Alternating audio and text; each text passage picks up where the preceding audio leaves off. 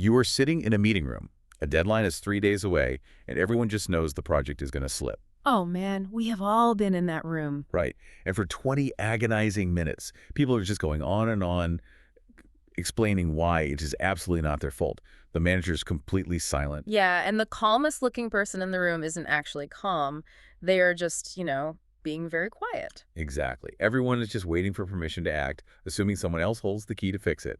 The air is thick with excuses, deflections, and just this overwhelming sense of paralysis. It really is. So today's entire discussion is a granular breakdown of operational leadership and actionable responsibility. We are completely bypassing corporate platitudes. Right, none of the generic HR speak. Exactly. We want to dissect the exact mechanics of how things actually get done in these moments. We are focusing on how to turn a stagnant situation from 0 to 1. Well, the atmosphere in that specific room you just described is defined by a complete diffusion of responsibility. That's so heavy. It is. And the silence from the team isn't a lack of thought. It is an active, defensive posture. Like they are bracing themselves. Yes, exactly. Every single individual sitting around that table is calculating the personal risk of stepping forward. They are running this rapid mental simulation where volunteering automatically makes them the scapegoat. If the project fails, they take the fall. Right. So the optimal survival strategy in that specific environment appears to be total inaction.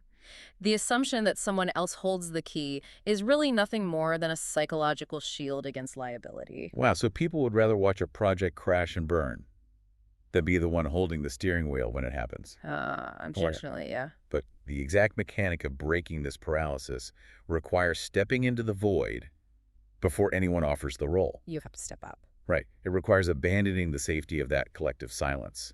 And the operational tactic here is incredibly simple, but terrifying in practice. I mean, it usually is just one sentence. Exactly. It's uttering one simple sentence like, I'll call the client and find out what we can actually ship by Friday. Boom! That is the exact mechanism of turning 0 into 1. And if you think about the structure of that sentence, it doesn't ask for permission. It doesn't assign blame for the past 20 minutes of excuse-making. Right. It just isolates a single forward-moving action. And everyone else in the room had the exact same information sitting right in front of them.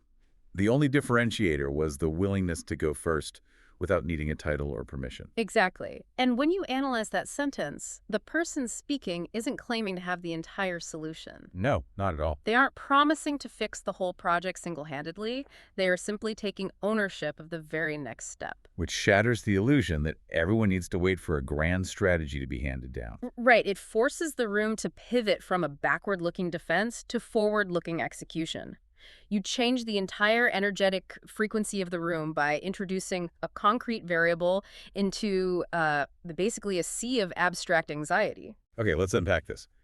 It's like being stuck in a broken-down car in the middle of an intersection. Oh, that's a good way to look at it. Yeah, everyone is sitting in the passenger seat staring at the dashboard, waiting for a mechanic to magically appear out of thin air. While traffic is backing up and horns are blaring. Right, the stress is compounding.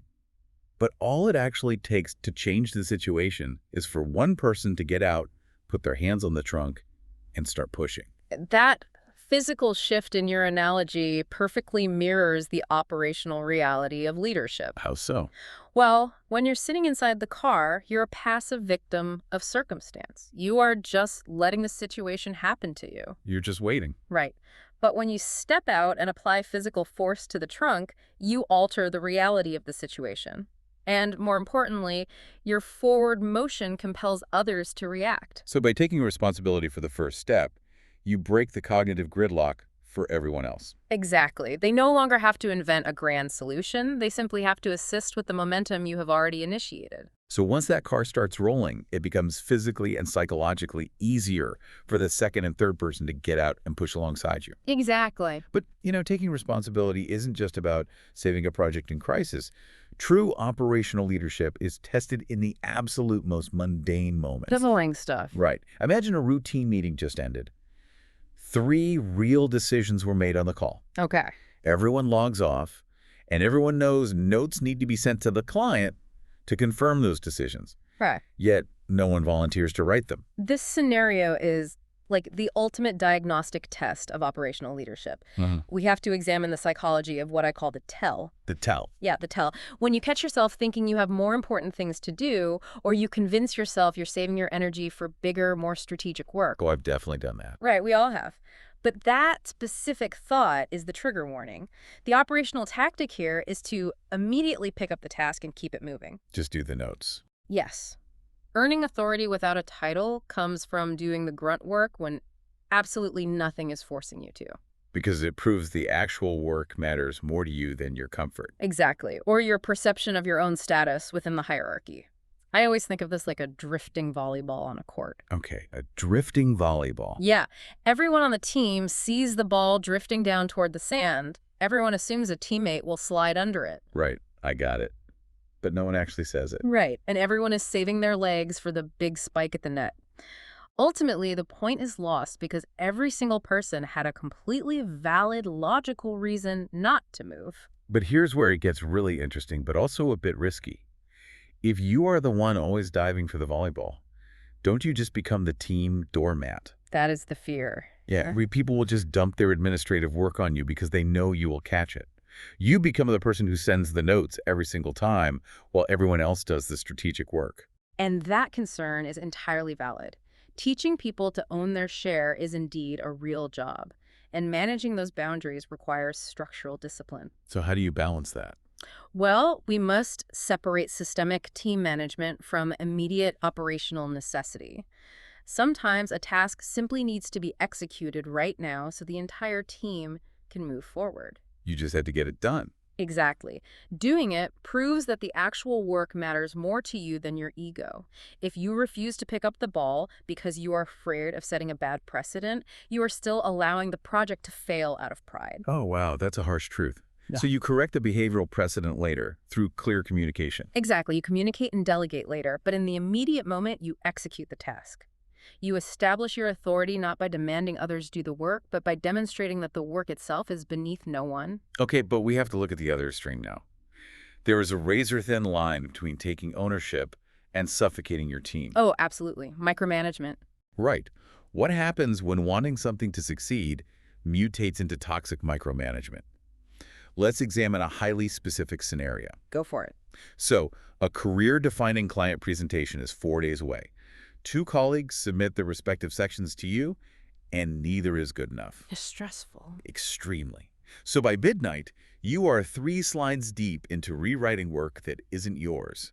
You are firing off small tweaks and structural changes to teammates who are already asleep. I know this exact feeling. And you justify this behavior to yourself by claiming you simply have high standards and intense discipline.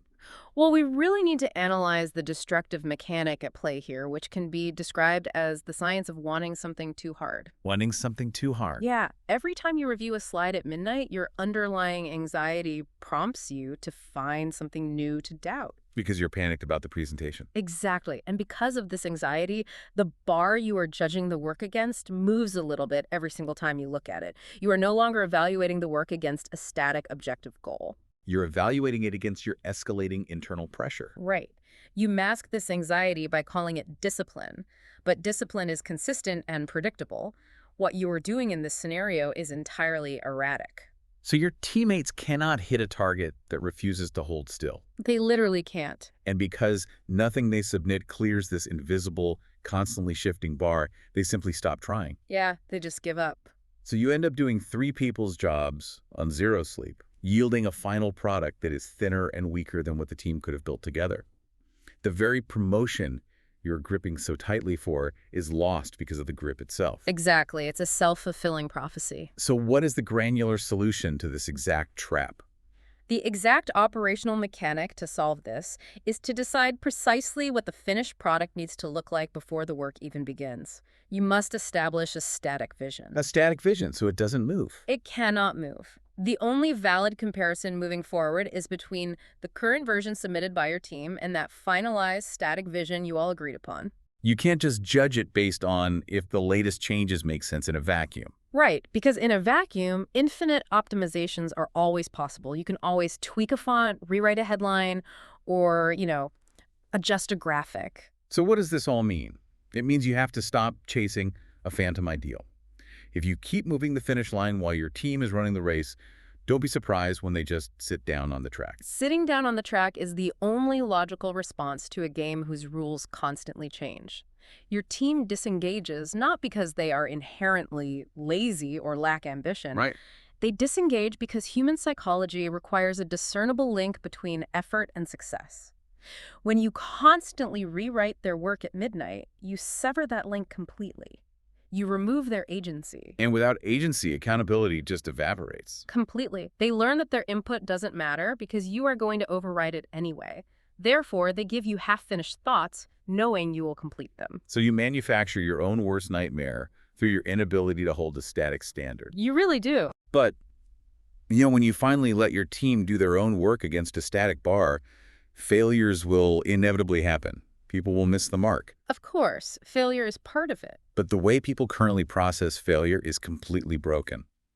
We need to deconstruct the phrase, failure is a lesson. I hate that phrase. It has lost all meaning.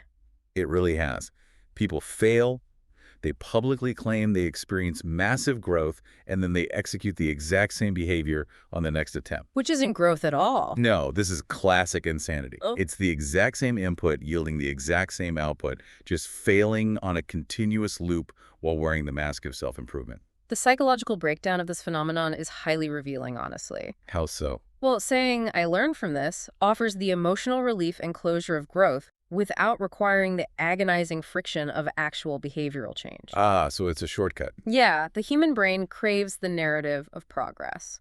By labeling a failure as a learning experience, you secure an immediate dopamine reward. You feel good about yourself for being so enlightened. So the label itself becomes a substitute for doing the difficult structural work of altering your behavior. Precisely. It is a sophisticated defense mechanism disguised as operational maturity. It protects the ego from the painful reality that you messed up and you actually need to fundamentally change how you operate. So we need to lay out the strict operational sequence of actual learning.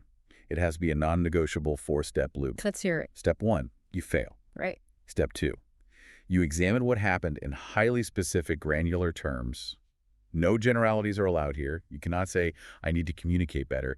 You must say, I failed to send the updated spec sheet to the engineering lead on Tuesday morning. Granular like that. Step 3, you isolate the one specific thing you will do differently next time. And step 4, you apply that exact change to the next rep. I'll tell you, skipping step 2 or 3 turns the phrase, "I will do better next time," into pure wishful thinking. Without naming the exact mechanical failure, there is absolutely nothing tangible to adjust. Exactly. You are just hoping that good intentions will magically alter reality.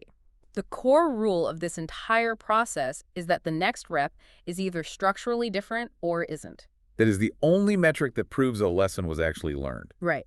If your behavior in the next iteration looks identical to the behavior that caused the initial failure, your previous declaration of growth was entirely fraudulent. You merely experienced failure.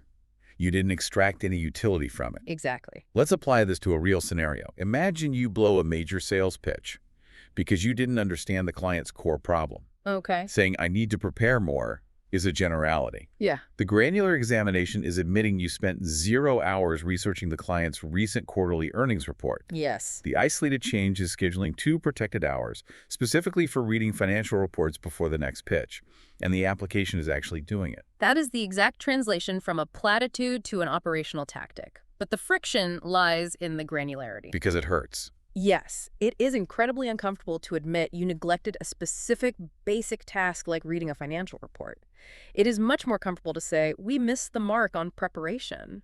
But operational leadership requires stripping away the comfortable generalities and facing the uncomfortable specifics of your own execution failures. It's the only way to actually improve. Right. But taking on the grunt work, refusing to micromanage your team's output, and meticulously changing your behavior after failures requires an immense amount of energy. Exhausting. It demands constant vigilance against your own ego and your own comfort. So where does the drive to operate this way actually come from? Well, that's the big question. We really must challenge the modern instinct to search for purpose inwardly. Looking inward to find your why or fiercely guarding your own corner ultimately just leads to nihilism. Because historically, pure self-preservation only kept individuals alive for so long. Human progress relies entirely on cooperation and the concept of simply being useful to the community. So it's not about the individual. No, when we examine evolutionary survival, it was never predicated on the individual isolating themselves to optimize their internal sense of self. It was predicated on individuals providing tangible daily value to the tribe. But the modern obsession with digging deep inside oneself to uncover a hidden, mystical purpose completely ignores that structural reality. It completely ignores how human beings function optimally. We are cooperative machines. Our psychological hardware is designed to reward utility to the group. So true purpose is located outwardly in the people already sitting right next to you. Exactly. It comes from making things materially better for a colleague who is stuck on a problem, or a customer whose day you can simplify with just a small amount of extra effort. Right. Working purely to advance your own individual goals, secure your promotions, and protect your status never provides the profound sense of purpose that working in service of others does. Because self-interest is a finite fuel source. Exactly. It burns hot, but it runs out the exact moment the friction of the task exceeds the immediate personal reward. When the grunt work becomes too boring, or the micromanagement becomes too tempting. Right. Self-interest will tell you to take the easy way out. Conversely, service to others is a renewable energy source. Oh, I love that. Yeah. When you shift your focus from guarding your own corner to facilitating the success of the collective, you unlock a reservoir of endurance that individual ambitions simply cannot access. So you push the broken down car, not to prove you're the strongest person in the intersection. But because you want to clear the road for everyone stuck behind you. Exactly. So if true purpose is derived entirely from your utility to the people around you, take a hard look at your current environment. If you were stripped of your job title and your daily tasks tomorrow, who are you actually being useful to right now? And if that utility vanished, where exactly would you find your purpose next?